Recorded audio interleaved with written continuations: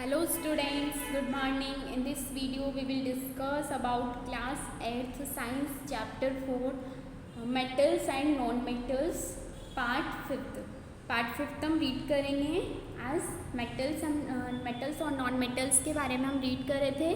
तो मेटल्स और non metals के हमने फिजिकल प्रॉपर्टीज़ और केमिकल प्रॉपर्टीज़ दोनों रीड कर ली थी। ठीक है, तो अगला हमारा जो टॉपिक है आज का वो है rust. Let's start rust. Rust क्या होता है? Take a spoonful of rust and dissolve it in very little water, shake it well. यानी एक स्पून फुल हमें क्या लेना है? रस्ट लेना है और उसके बाद उसमें क्या करना है? उसको किस में करना है? वाटर में डिजॉल्व करना है। शेक इट वेल, और उसको अच्छे से शेक करना है, हिलाना है। The rust will remain suspended in water, और रस्ट क्या होगा? वाटर में नीचे जम जाएगा। Test the solution with red and blue litmus papers, what do you observe. और उसके बाद उस सॉल्यूशन को हमें ब्लू और रेड लिटमस पेपर से क्या करना है? टेस्ट करना है। तो हम क्या देखते हैं? You will observe that blue litmus remains unaffected while the red litmus changes into blue। आप क्या देखते हैं कि जो ब्लू लिटमस पेपर है वो तो अनअफेक्टेड रहता है, लेकिन जो रेड लिटमस पेपर है वो किस में चेंज हो जाता है? ब्लू में पे चेंज हो जाता है। It indicates iron oxide is also basic in nature. जो किसको इंडिकेट करता है कि जो आयरन ऑक्साइड होता है वो नेचर में कैसा होता है? बेसिक होता है, यानी क्षारीय होता है। रस्ट का फॉर्मूला हम पहले भी रीड कर चुके हैं, Fe2O3.XH2O, जो किससे बनता है? जब आयरन किससे रिएक्ट करता है? जल से, यानी वाटर से रिएक्ट करता है आयरन, तो क्या बनता है? आयरन ऑक्साइड बनता है, यानी Fe2O3 बनता है, और साथ में यहाँ पर वाटर के मॉलिक्यूल्स बनते हैं। ठीक है, तो ये किसका फॉर्मूला होता है? रस्ट का। रस्ट मीन्स होता है जंग, लोहे पर जंग लगती है ना, तो वो होता है रस्ट।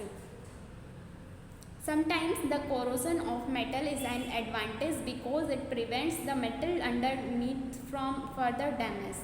यानी कुछ टाइम पर जो होता है, जो कोरोसन होता है मेटल का, यानी संक्षारण, यानी मेटल क्या होती है? गल जाती है, तो उसका भी एक एडवांटेज है, यानी लाभ है। Because it prevents the metal underneath from further damage, यानी डैमेज से बचाता है। ठीक है, for example the surface of aluminium is coated with a thin layer of aluminium oxide when expose to air.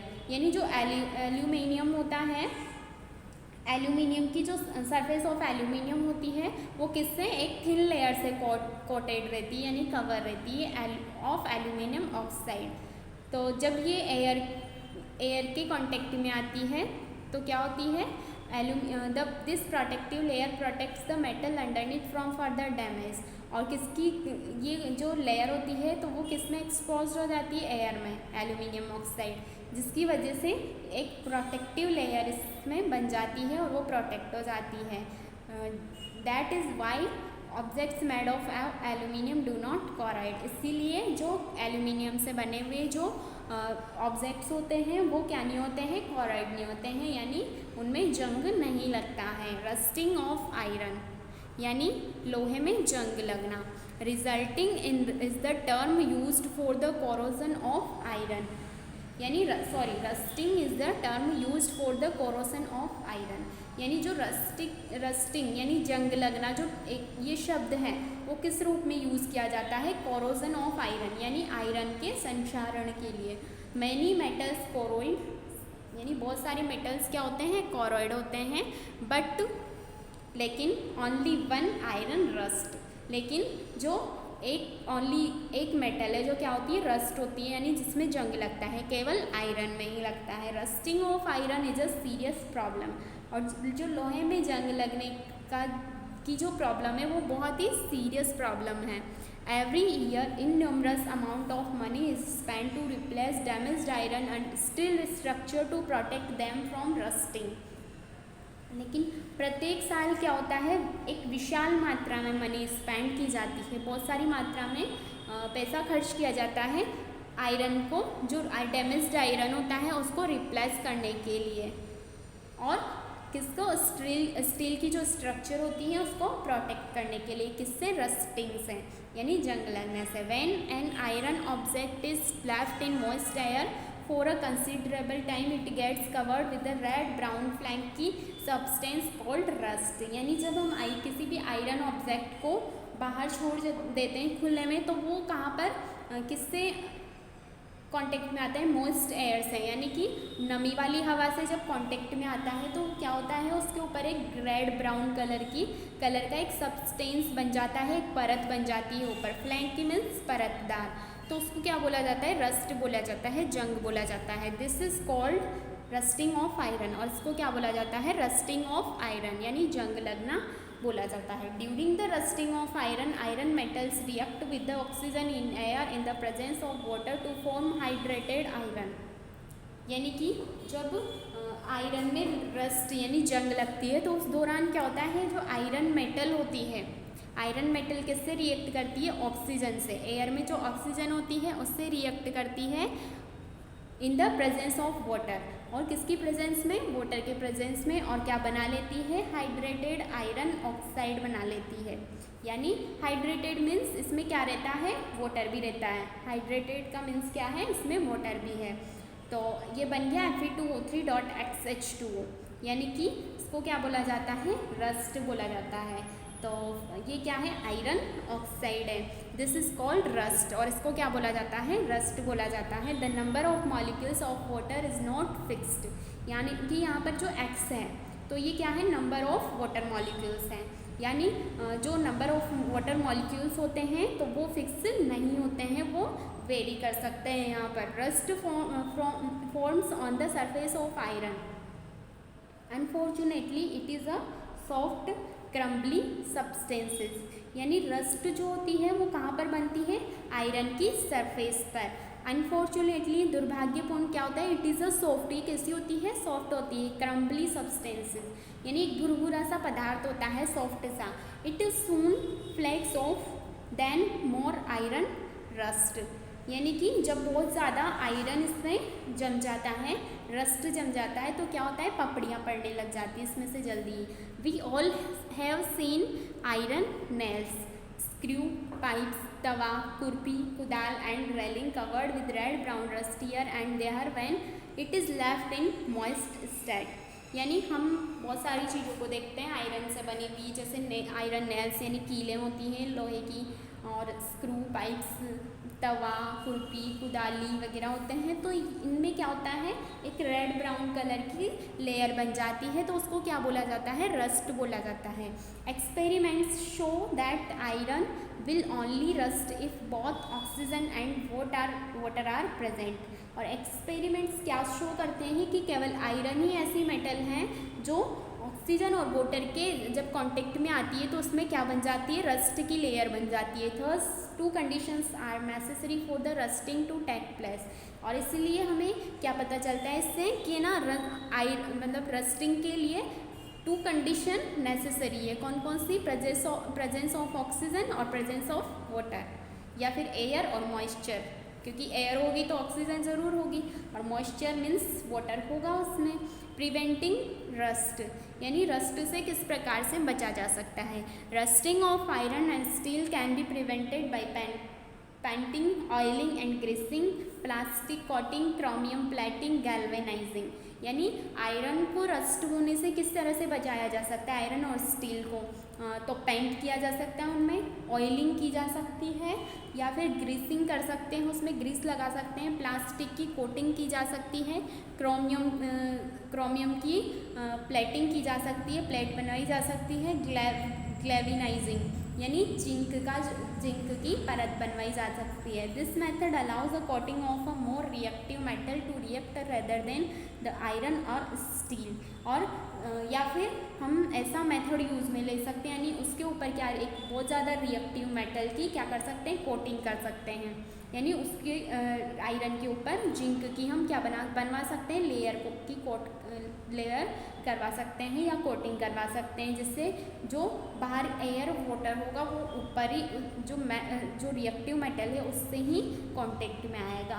Direct iron के contact में नहीं आएगा, तो हम इससे आयरन को रस्टिंग से बचा सकते हैं। नेक्स्ट है एलोइंग। एलोइंग में क्या होती है, मिश्र धातुएं।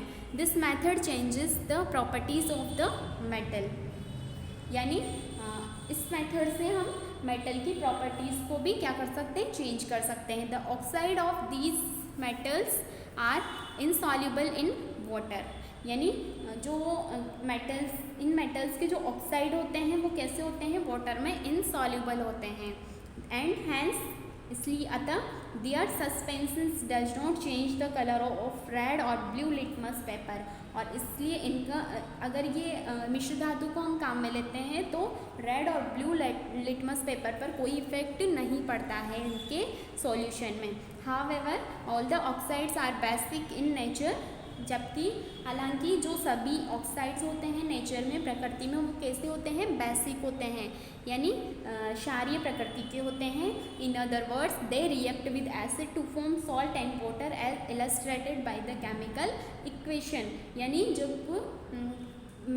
जो मेटल के जो ऑक्साइड होते हैं वो क्या करते हैं, एसिड से रिएक्ट करते हैं और क्या बनाते हैं, सॉल्ट और वाटर बनाते हैं, जिनको हम किससे स्पष्ट कर सकते हैं, किससे व्याख्या कर सकते हैं, केमिकल इक्वेशन से, यानी रासायनिक समीकरणों से हम उनको समझा सकते हैं। From the above discussion following conclusion can be drawn, यानी हमने इतना सारा जो डिस्कशन किया इससे हमें क्या कंक्लूजन निकल के आता है, most of the metals react with oxygen to form their oxide. तो पहला कंक्लूजन क्या निकलता है यहाँ से कि जो मोस्ट ऑफ द मेटल्स होती है वो ऑक्सीजन के साथ रिएक्ट करके क्या बनाती है, ऑक्साइड बनाती हैं। नेक्स्ट है some metals react rapidly with oxygen compare to other metals, यानी जो कुछ मेटल्स होती हैं वो बहुत ही जल्दी से किससे रिएक्ट होती है, ऑक्सीजन से, कंपेयर टू अदर मेटल्स, यानी कुछ दूसरी मेटल्स की तुलना में। इन other words the rate of reactions of different metals with oxygen is different, यानी जो मेटल की रेट ऑफ रिएक्शन होती है, यानी क्रिया करने की, अभिक्रिया करने की जो दर होती है वो डिफरेंट होती है डिफरेंट मेटल्स विद ऑक्सीजन, यानी ऑक्सीजन से क्रिया करने की जो रेट होती है वो सभी मेटल्स की अलग अलग होती है। Okay, turn the page.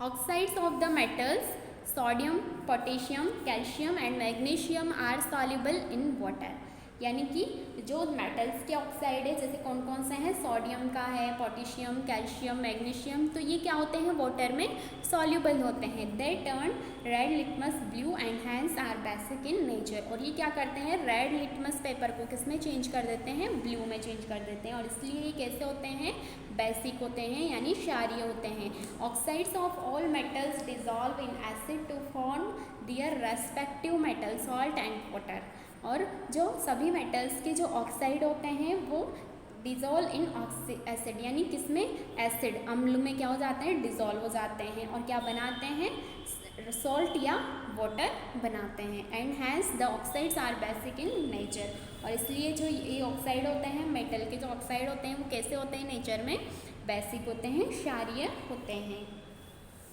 देखो यहाँ पर डू यू नो बॉक्सेस में दिए हुए हैं, तो हम इनको रीड करेंगे। The reactive series, reactivity series क्या होती है, अभिक्रिया की श्रृंखला क्या होती है। On the basis of the vigour of reactions with the various chemical reagents such as oxygen, water and acid as well as displacement reactions, the metal have been arranged in a series in the decreasing order of their activity, यानी कि oxygen, water, acid से किस प्रकार से जो metals होती है वो रिएक्ट करती है, तो उसके बेसिस पे एक रिएक्टिविटी सीरीज बनाई गई है जिसमें जो मेटल्स है उनको अरेंज किया गया है कि जैसे सीरीज में सबसे ऊपर तो जो मोस्ट रिएक्टिव मेटल्स होती हैं उनको रखा जाता है, और जैसे जैसे हम नीचे आते जाते हैं तो जो मेटल्स की जो रिएक्टिविटी की जो है वो डिक्रीज़ होती जाती है, कम होती जाती है, यानी जो कम रिएक्टिव मेटल्स होते हैं उनको नीचे रखा जाता है सीरीज में। This arrangement of metals in a series in the decreasing order of their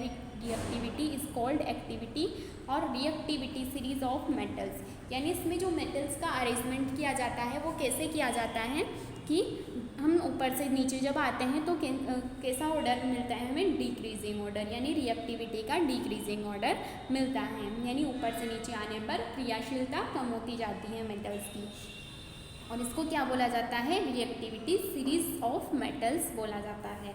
next, hydrogen in the reactivity series, यानी हाइड्रोजन को रिएक्टिविटी सीरीज के अंदर कहाँ रखा गया है। We can use displacement reaction to give hydrogen a place in the reactivity series, यानी reactivity series के अंदर हमें हाइड्रोजन को रखना है, तो उसके लिए हम किसका उपयोग करेंगे, डिस्प्लेसमेंट रिएक्शन का, यानी विस्थापन अभिक्रिया का उपयोग करेंगे। Do you remember the metal reacting with acid, क्या आपको ये याद है कि मेटल किससे रिएक्ट कर लेती है, एसिड से रिएक्ट करती है। The metals placed above hydrogen in the reactivity series are more reactive than hydrogen, यानी हाइड्रोजन से जो अबोव वाली, ऊपर वाली जो मेटल्स होती है किसमें, रिएक्टिविटी सीरीज में, वो कैसी होती है, मोर रिएक्टिव होती है हाइड्रोजन से। These metals can displace hydrogen from acid, और ये मेटल्स जो होती हैं वो किसको हटा देती है, एसिड से हाइड्रोजन को हटा देती है। The metals which are placed below और लेस रिएक्टिव देन हाइड्रोजन, और जो हाइड्रोजन के जो बिलो वाली जो मेटल्स होती है वो कैसी होती है, हाइड्रोजन से लेस रिएक्टिव होती है। These metals can not react with dilute acid, और जो उसके हाइड्रोजन के नीचे वाली जो मेटल्स होती है वो किससे रिएक्ट नहीं होती है, डाइल्यूट एसिड से रिएक्शन नहीं करती है, तनु अम्लों से अभिक्रिया नहीं करती है। The most reactive metals has been placed at the top of the series, और जो मोस्ट रिएक्टिव जो मेटल्स होती है उनको सीरीज में कहाँ पर रखा जाता है, टॉप पर रखा जाता है, यानी सबसे ऊपर रखा जाता है। While the least reactive metal occupies position at the bottom, जबकि जो लीस्ट रिएक्टिव मेटल्स होती है उनको कहाँ, उनकी पोजीशन कहाँ होती है, बॉटम पर, यानी नीचे होती है।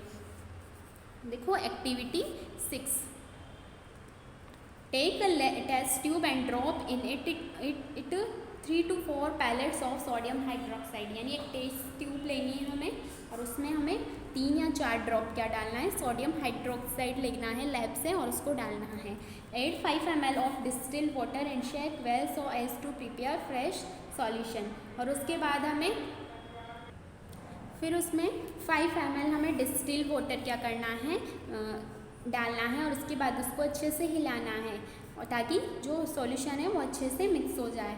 To this solution add a small pieces wire of aluminium, और उसके बाद उस सॉल्यूशन में हमें स्मॉल वायर डालने हैं एल्यूमिनियम के, and gently warm the solution on a bunsen flame, और फिर उसको हमें सावधानी पूर्वक क्या करना है, टेस्ट ट्यूब को गर्म करना है।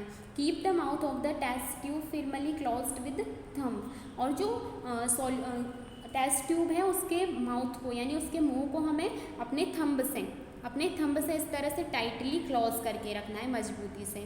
When you feel the pressure of the gas on the thumb, और जब आपके थंब पर क्या पड़ेगा, प्रेशर पड़ेगा अंदर से, जब गर्म होगा सॉल्यूशन तो क्या रिलीज होगी, गैस रिलीज होगी, तो थंब पर क्या पड़ेगा, इससे प्रेशर पड़ेगा। तो bring a burning wooden splint near the mouth of the test tube, तो हमें क्या करना है, एक जलती हुई लकड़ी की पट्टी किसके पास लेके आनी है, टेस्ट ट्यूब के माउथ के पास में, यानी उसके मुंह के पास में लेके आनी है, और अपना थंब हटा देना है। मेक योर ऑब्जर्वेशन, और हमें क्या करना है, ऑब्जर्व करना है। You will notice that colourless gas catches fire with a pop sound and Burns with light blue flame, तो हम क्या ऑब्जर्व करते हैं कि जो कलरलेस गैस है, कलरलेस गैस जो निकलती है वहाँ से, तो वो क्या कर लेती है, फायर कैच कर लेती है, यानी आग पकड़ लेती है, और एक पॉप साउंड के साथ वो बर्न होती है, जलती है, और विद लाइट ब्लू फ्लेम, और उसकी जो फ्लेम होती है वो कौन से कलर की होती है, लाइट ब्लू कलर की होती है। The aluminium piece slowly dissolve in sodium hydroxide solution, और जो हमने एल्यूमिनियम का वायर या पीस डाला था वो धीरे धीरे सोडियम हाइड्रोक्साइड सॉल्यूशन में क्या हो जाता है, डिजॉल्व हो जाता है। डिस्प्लेसमेंट रिएक्शन, यानी विस्थापन अभिक्रिया। It has been found that a metal which is more reactive in the metal activity series displace another metal, यानी डिस्प्लेसमेंट रिएक्शन क्या होती है, विस्थापन अभिक्रिया क्या होती है, जो रिएक्टिविटी सीरीज होती है उसमें जो ऊपर वाली मेटल्स होती है वो मोस्ट रिएक्टिव होती है, मोर रिएक्टिव होती है, जबकि जो हाइड्रोजन के ऊपर वाली तो मोर रिएक्टिव होती है हाइड्रोजन से, जबकि हाइड्रोजन के नीचे वाली जो मेटल्स होती हैं वो क्या होती है, लेस रिएक्टिव होती है हाइड्रोजन से। जो तो ऊपर वाली जो मेटल होती है वो नीचे वाली मेटल को रिएक्शन से क्या कर दी है, देती है, डिस्प्लेस कर देती है यानी हटा देती है। From its salt solution such a chemical reaction is called displacement reaction. और इस तरह की जो अभिक्रिया होती है उसको क्या बोला जाता है, डिस्प्लेसमेंट रिएक्शन यानी विस्थापन अभिक्रिया बोला जाता है।